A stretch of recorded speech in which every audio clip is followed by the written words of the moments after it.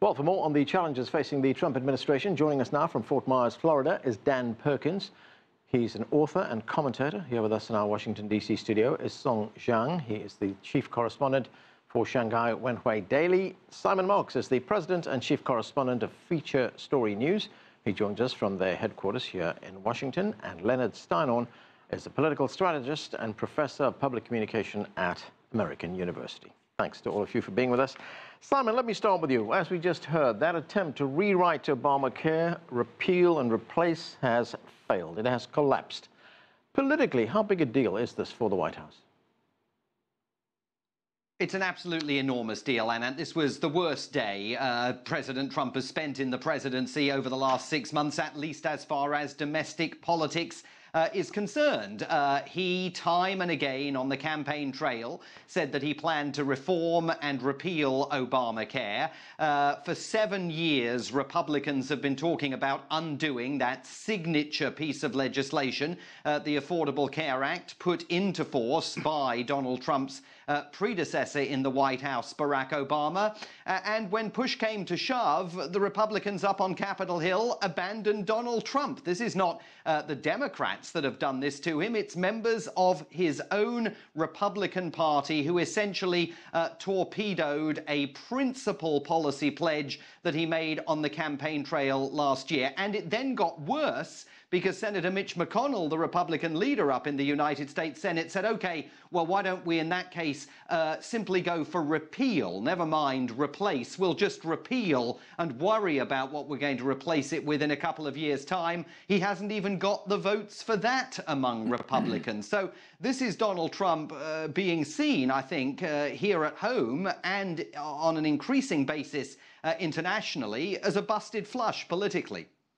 Well, let's go to Dan Perkins in Florida for his response to that. Dan, Simon brings up a good point there. This failure was not because of opposition from the Democrats. It was because of opposition from Donald Trump's own party, the Republicans. Does this show, actually, that this is a president who doesn't know how Washington works, who does not know how to make the deal with people in Congress to get what he wants? Well, when you think about it, the Trump being able to make a deal with a 2-vote majority in the Senate, and with just 2 votes in the balance, they had 4 who decided not to vote for it. I think that what we have here is a great example of what Trump has been talking about for some time, and that is called the swamp. We have Republicans who are not acting like Republicans. Some of the people who decided not to vote for the bill didn't believe that the bill went far enough in terms of the cuts that needed to be done. We need to ask the question, though, is Mr. Trump over? I don't think so. This man has had, in a very short period of time, the ability to come back. The Congress is the part of the government that passes the legislation, drafts it and passes it, not the White House. The White House is the administration, administers the law. But I do believe that it was a mistake. However, there is some wisdom in what Mr. Trump had to say about let it fail. Because now we've got a situation where it didn't pass, reform and repeal didn't pass. And even just repeal didn't pass. Which means as we go into the end of this year, when new rates are set for premiums in 2017, for 18 and 17 November 1st, what we're going to see is American people even more outraged at what happened with Obamacare. And then going into the 2018 election, we're going to have another premium increase. I think that what's going to happen, the way Mr. Trump is going to drain the swamp, is by saying to the American people, give me people who are conservative Republicans who want to do something about the swamp. And that means that I believe he's going to create a situation where he's going to campaign against those people who are not supporting his issues. Let it fail, Lenny. Isn't that abrogating one's responsibility? You're basically playing politics with people's healthcare and their lives. Well, I mean, if your definition of draining the swamp means that you're throwing people off health care and leaving them without the protections they need, I'm not so sure that's how he wants to be seen as draining the swamp. Look, President Trump, he brought the Republicans in after they passed health care in the House.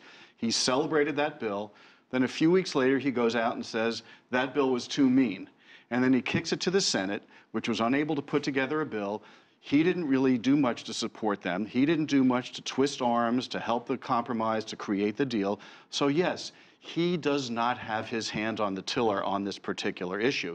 But it's also a failure of Republicans in Congress, Republicans in the Senate. You had one of the masterminds of sort of the Republican Senate and electoral victory and congressional victory, Mitch McConnell, who couldn't put together a bill that satisfied every single one of his members in his own party. So it's a Republican failure, it's a Trump failure, but I agree with Dan.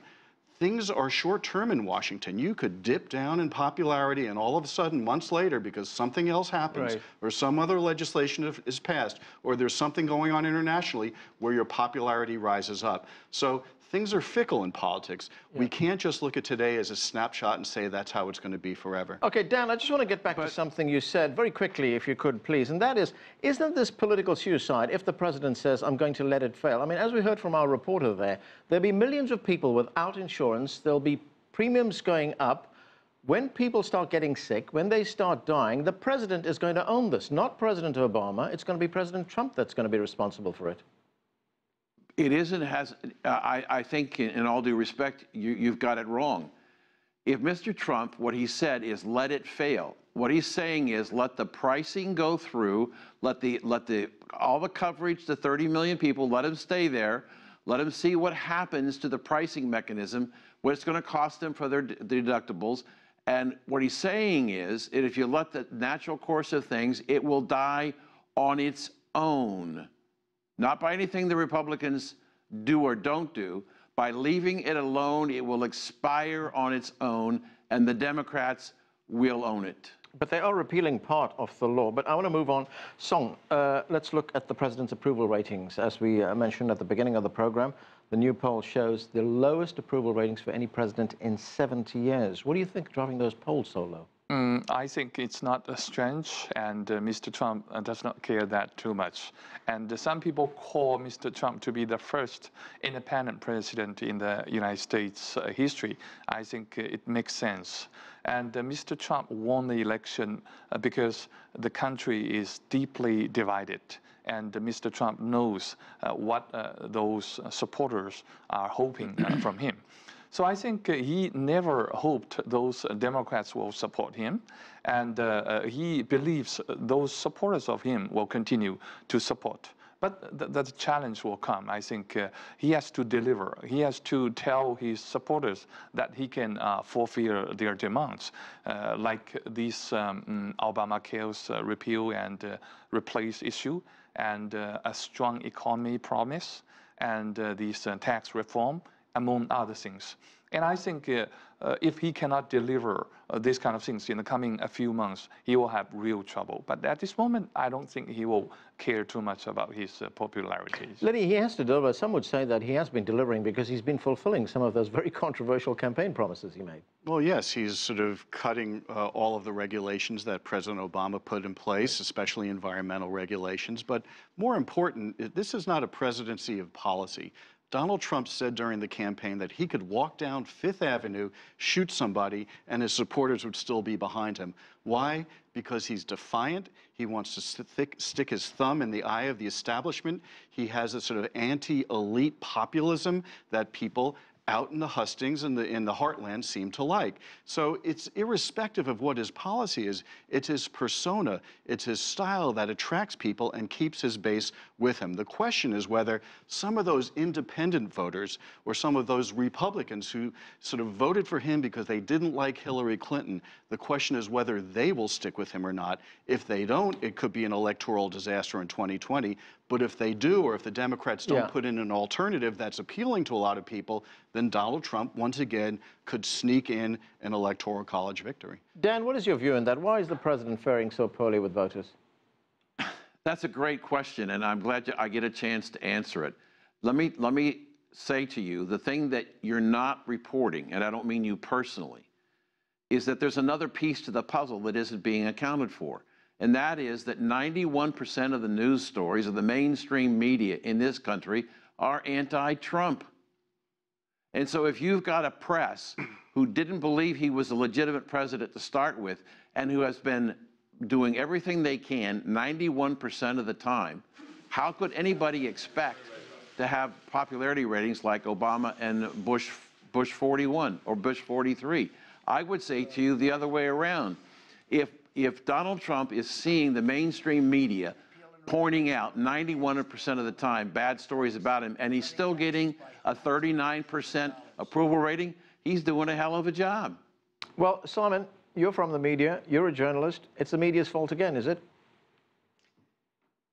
Well, it's clearly not the media's fault, Anand. This is clearly Donald Trump's fault. He is the architect of his own demise. Remember that we are only at the 6-month mark. This is still supposed to be the honeymoon for a recently elected and inaugurated American president, and yet he has committed misstep after misstep. He himself decided to fire his FBI director, James Comey. He and the people around him decided not to be straight with the American people about the nature of conversations that were going on during the election campaign between the Trump team and the Russians. He is the man who has gone back on many of the campaign promises that he made to his own core supporters. Now, not just abandoning attempts to repeal and reform Obamacare, but within the last couple of days, the man who told people he was going to return jobs to America has very quietly announced that 15,000 additional foreign workers are going to be allowed into the United States to take some of those jobs that American workers are perceived not to be interested in taking. So this is a whole series of own goals for whom Donald Trump has only Donald Trump to blame. Okay, Simon, I want to stay with you, but just changing direction here. Let's talk about the latest development with Iran. Iran's compliance with that nuclear deal has been certified by the United States, according to the Trump administration, but not in spirit, as they say. What does that mean?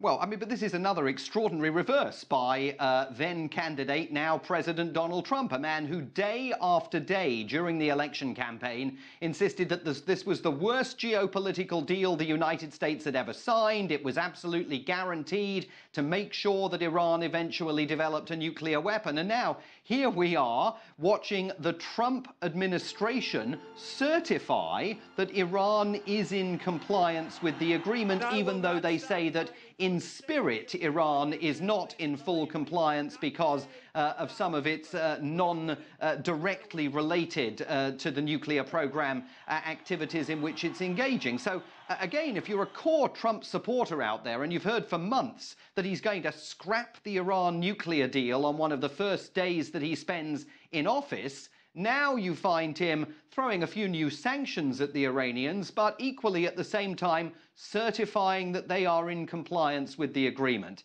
That's a very mixed message to be sending to your core constituency.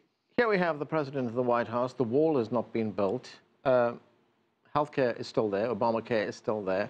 The Iran nuclear deal is still there. Is this a president who's finding out the hard way, in some ways, that there's a big difference between campaigning for office and actually being in office? Well, but every president finds that out. Yeah. I mean, Barack Obama did, George Bush did, they all do. It's much easier to campaign. As they say, you campaign in poetry and you govern in prose, and prose is a lot less appealing than the poetry and the soaring rhetoric. But here's the thing, for his supporters, he has come through in a number of ways. He did put through an immigration ban. Now that was halted by the courts, but the Supreme Court is going to rule on that. They've already given him some leeway on that. So that's one accomplishment he can point to, or at least potential accomplishment. He pulled out of the Paris Climate Accord, which is a very big deal. He's sort of undoing trade agreements and sort of celebrating that, saying he's going to make it a better deal for people. This is what his supporters are hearing. They're not hearing all of the sort of noise out there. They are hearing the signals that he is sending them, particularly on trade and on immigration and on defiance of the elites. Dan Perkins talks about the media. The media is doing an excellent job reporting, as they've done on almost every administration, which always complains about negative reporting against them. But by pointing to the media and saying they're responsible, he's giving the people in his base something to sort of say, you see, they're out to get him, they don't want him to succeed, I'm going to support him even more, and I'm not going to trust you, the press. Dan, the one thing the president might have in his favor, and we've heard this from some political analysts here in Washington, is that if one looks at the opposition, the Democrats, they have not coalesced around a single leader yet. And there's no clear message from the Democrats. There's no clear policy, no viable alternatives to what Trump is proposing. You're absolutely right. In fact, the issue here is, what does the Democratic Party stand for? Do they stand for Russian collusion when Dianne Feinstein, the vice chairman of the Senate Intelligence Committee, says there's nothing there, but they continue to push the narrative? I find it very reprehensible to suggest that the American news media, and the number of incidents that I've seen in the last 6 months where the news media had to retract or admit that they falsified stories about Trump or the administration, I've never seen that before. And so to say that the news media is without blame, every time they attack Mr. Trump and he counterattacked, we had people fired for manipulating the news. So there are not saints in all of the news media, and their reputation as far as their quality and the accuracy of their reporting is extremely low by the American public. In fact, worse than Congress. So the idea that the news media is pure here is not true. There have been too many examples of fake news that the president has actually proven were fake news by the American media, and that's why his base sees their president fighting. Lenny? Look, reporting is not attacking. If you report facts, that is not an attack. That's called the free press. That's called a pillar of our democracy. The First Amendment protects the press as it does other institutions because the founders understood the role that the press plays on sort of putting light on the problems in society. If they make a mistake, as they have done all along throughout all administrations, you go look at the corrections page, they did it before Donald Trump was president. They're human, they make mistakes, but they're reporting and not attacking. The Trump people interpret the reporting as attacking, and that's where the problem is. Zhang, as Lenny said, the one potential success Donald Trump could have is with the immigration ban. We're waiting for the US Supreme Court to rule on that. But the one area where the president has had significant success is in the relationship with China. There was that meeting that he had with the Chinese President Xi Jinping at Mar-a-Lago. They came up with the 100-day action plan, which was part of the comprehensive economic dialogue. There's another important meeting that's going to be taking place on Wednesday here in Washington. What are expectations? That is called Comprehensive Economic Dialogue. And it is one of the 4 dialogues which was agreed by the 2 leaders in Mar-a-Lago summit. Right. And I think the 2 sides have already achieved another agreement that was about $5.1 billion purchase from China, the U.S. Beef and I think soybeans and other things. And we will expect more deals to be signed tomorrow. But the 2 sides have already realized that they have a long way to go. They need to focus on the future. And I think they also agreed to a new 1-year kind of process to continue the dialogue. So I think in the future, the 2 sides will have a lot of differences. But China is ready to work together with Mr. Trump on this economic and trade issue. Lenny, let's get to the story that keeps on giving, the Russia investigation. We just heard over the past few days new revelations that Donald Trump Jr. held a meeting with a Russian lawyer, a Russian lobbyist, among others. There were other people at that meeting as well, after being promised incriminating information on Hillary Clinton. Is this a big yawn, or is there something sinister to this? Well, look, it's evidence, and that's evidence that they were willing to work with the Russians to get information. I mean, it wasn't just Donald Trump Jr. It was Jared Kushner and the campaign chairman, Paul Manafort. Clearly, they were interested in getting this information. They're calling it opposition research, whatever you want to call it, to be able to hurt Hillary Clinton. The question really is, and I think this is what the special counsel Bob Mueller is trying to figure out, is where does that sort of willingness to cooperate sort of go to the next step? Did they not merely sort of show a desire to collude, but did they actually go forth and coordinate during the campaign? And if they did, if that's what the evidence bears out, and again, we don't have evidence of that, but if that's what the evidence bears out, then you will see a major crisis involved with the Russian issue, because it suggests that the Trump campaign was willing to work with the Russians to undercut our democracy. That's a big if. Dan, what is your view on this? The charitable view is that Donald Trump Jr. was being, I guess, an opportunist. You know, he was offered this information and said, yeah, let's take a look, let's see what's there. But, you know, the other version of this is that, yes, you know, they were cooperating with the Russians to get dirt on Hillary Clinton and use it in the election. Isn't it strange that nobody's talking about the fact that the Ukrainian government actually did the same thing, working with the Democratic campaign to impact Donald Trump's campaign? Why is it when we know that they actually got involved and met with people from the DNC to try and get information on Mr. Trump, as opposed to this meeting where no documents, nothing was apparently processed? It seems to me that, again, the Democrats, you said earlier in the show, the Democrats don't have an agenda. The agenda for the Democrats is Russians, Russians, Russians, Russians.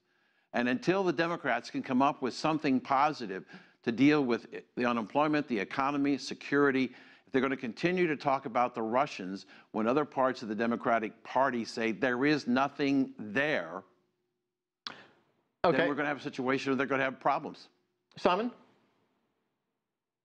I said we're going to have situations where the Democratic Party is going to have problems. Not only is there something there now, and it's absolutely apparent that there's something there. That's been clear from the moment we learned that Donald Trump Jr. had dissembled and lied about the nature of contacts that he had had with that Russian attorney during the 2016 election campaign. But in fact, Donald Trump's Russia crisis is getting deeper. We've learned just within the last half hour, while we've been on air, that President Trump had a previously undisclosed second one-on-one meeting with Vladimir Putin at the G20 summit in Hamburg a few days ago. A conversation that was only attended by Donald Trump, Vladimir Putin, and Vladimir Putin's interpreter. Not even an American interpreter there. That is only going to stoke suspicions that Donald Trump is deeply beguiled by Vladimir Putin, and Donald Trump on Russia has something to hide. Simon, we're running out of time, but I want to get your take on this, and that is, I'm wondering, you know, is this going to have any consequence here in the United States? Because